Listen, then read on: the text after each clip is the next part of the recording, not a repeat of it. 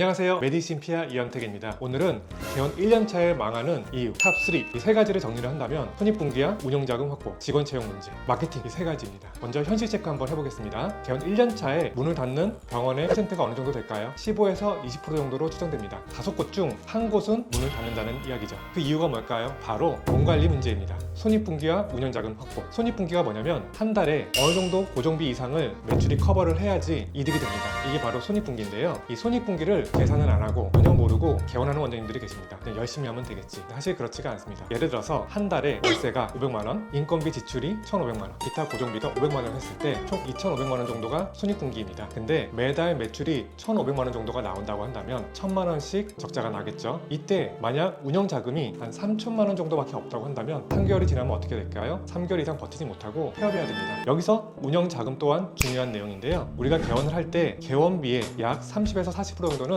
운영자금으로 확보해 놓는 게 좋습니다. 예를 들어서 내가 3억 정도로 개원을 한다 라고 한다면 한 1억 정도는 운영자금으로 확보를 하는 거죠. 그리고 두 번째 문제, 직원 채용 시기입니다. 이건 극단으로 두 가지로 나뉘는데요. 처음부터 직원 채용을 너무 많이 하던가 아니면 너무 적게 하는 경우입니다. 제가 아는 어느 내과 원장님이 처음에 개원을 하실 때 적정 직원 수가 한 4명 정도였는데 10명 이상 정도 채용을 해서 시작을 하셨습니다. 시스템을 갖추기 위해서 그렇다고 하셨습니다. 근데 막상 개원을 해보니까 환자 수가 그렇게 많지가 않았어요. 오히려 환자 수보다 직원 수가 더 많아서 직원이 노는 날이 더 많았습니다. 그래서 3, 4개월 정도 있다가 그 직원의 절반 정도는 줄이고 꽤 많은 손실을 보셨죠. 반대로 직원 수를 너무 적게 채용하셔서 문제가 생긴 경우도 있습니다. 제가 아는 어떤 소아과 원장님은 적정 직원 수가 4, 5명인데도 불구하고 1명에서 2명 정도만 채용하셔서 개원하셨습니다. 막상 개원을 해보니 상당히 많은 환자분들이 4, 50명 정도 오시는데 그 2명이서 도저히 그 환자들을 커버할 수 있는 상태가 아니었습니다. 그러다 보니 서비스 질 떨어지고 환자 불만 쌓이고 안 좋은 리뷰 달리고 사실 소문이 안 좋게 나니까 나중에 직원을 채용한다고 하더라도 다시 환자들이 많이 오지는 않게 되었습니다.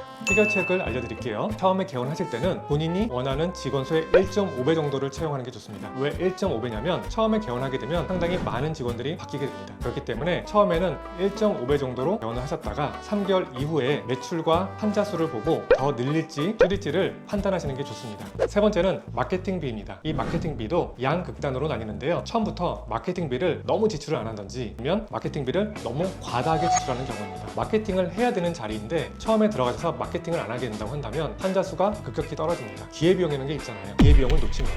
두 번째, 마케팅비를 너무 과다하게 지출한 경우. 예를 들어서 그 입지에서 그 마케팅비가 한 300에서 400만 원 정도가 적정한데 거기서 한 1,000만 원 이상 지출했다고 한다면 한 달에 500만 원씩 손해를 보는 거죠. 해결책은 다음과 같습니다. 처음에 그 입지에 필요한 마케팅비를 어느 정도 정하신 다음에 제가 생각했을 때 대체로 한 300에서 400만 원 정도면 처음에 마케팅 시작하기에는 충분합니다. 그리고 3개월 뒤에 오는 환자 수를 체크하고 그리고 그 환자가 어디서 어떤 채널로 오는지 정확히 분석한 다음에 거기서 마케팅 지출을 늘릴지 줄일지 선택하시는 게 좋습니다. 근데 나는 진료로만 승부를 보겠다 해서 마케팅을 아예 안 하고 하시는 분들이 계십니다. 물론 어떤 입지에 따라서는 마케팅비가 전혀 필요 없는 자리가 있을 수 있어요. 그런데 마케팅이 필요한 자리에서 그 지출을 안 하게 되면 사실 그 기회비용이 날아가게 됩니다. 어떤 내과 원장님이 실제로 개원을 하셔서 마케팅비 영환으로 나는 이 자리에서 매출을 올리겠다 하셨는데 3개월, 6개월 지났는데 실제로 그만큼 매출이 오르지 않았어요. 상당한 기회비용 손실을 보신 거죠. 반대로 마케팅비를 너무 과다하게 지출하는 경우도 있습니다. 맨 처음 개원을 하게 되면 광고 대행사를 만나게 됩니다. 그 대행사를 만나게 되면 여러 가지 옵션을 주세요. 이 광고, 저 광고, 저 광고. 근데 그 옵션들을 보게 되면 욕심이 나거든요. 이거 하면 환자가 더 올 것 같고 저거 하면 더 올 것 같고. 근데 그 지출을 그 자리에 맞게 해야 되지 만약 그 지출을 무리하게 늘린다고 하더라도 환자 수가 엄청나게 오지는 않습니다. 예를 들어서 그 자리에서 적정 마케팅비가 500만 원 정도인데도 불구하고 매달 1,000만 원 이상을 쓰게 된다고 하면 500만 원 정도의 손실이 난다고 보시면 됩니다. 그렇기 때문에 처음에 그 입지에 적절한 마케팅비를 산출하는 게 중요합니다. 해결 방법은 이렇습니다. 개원 전에는 먼저 마케팅비 지출이 없는 마케팅 하는 게 좋습니다. 먼저 네이버에 가입하셔서 네이버 플레이스 세팅하시고 블로그 먼저 한번 만드시고 인스타그램 만드시고 아마 인테리어 업체랑 계약을 하게 되면 현수막 정도는 서비스를 해주는 경우가 있을 겁니다. 만약 안 해준다고 한다면 비용 얼마 안 되니까 열흘 며칠 오픈 이런 걸로 해서 먼저 현수막 광고를 하는 게 좋아요. 그리고 처음 시작할 때는 제가 생각했을 때 평균 한 300에서 400 정도면 마케팅비로는 웬만한 자리에서는 충분할 거라고 생각을 합니다. 그렇게 3에서 6개월 정도 이후에 신안수를 체크한 다음에 그 신안이 어느 채널에서 왔는지 파악한 후 어느 쪽에 집중력 집중적으로도 마케팅비를 지출을 할지 선택을 하면 돼요. 자, 오늘 정리한 거 3가지. 개원 1년차가 망하는 이유 탑3 다시 한번 정리해 드릴게요. 손익분기 체크, 운영자금 확보, 적정한 직원수 채용, 적정한 마케팅비 지출. 처음부터 너무 완벽하실 필요는 없어요. 하지만 최소한의 안정장치를 필요하죠. 개원은 망하는 패턴이 있습니다. 제가 이 말씀드린 이 3가지만 지키신다면 실패 확률이 확 내려갈 겁니다. 다음 영상에서는 또 다른 개원 전략에 대해서 알려드리도록 하겠습니다.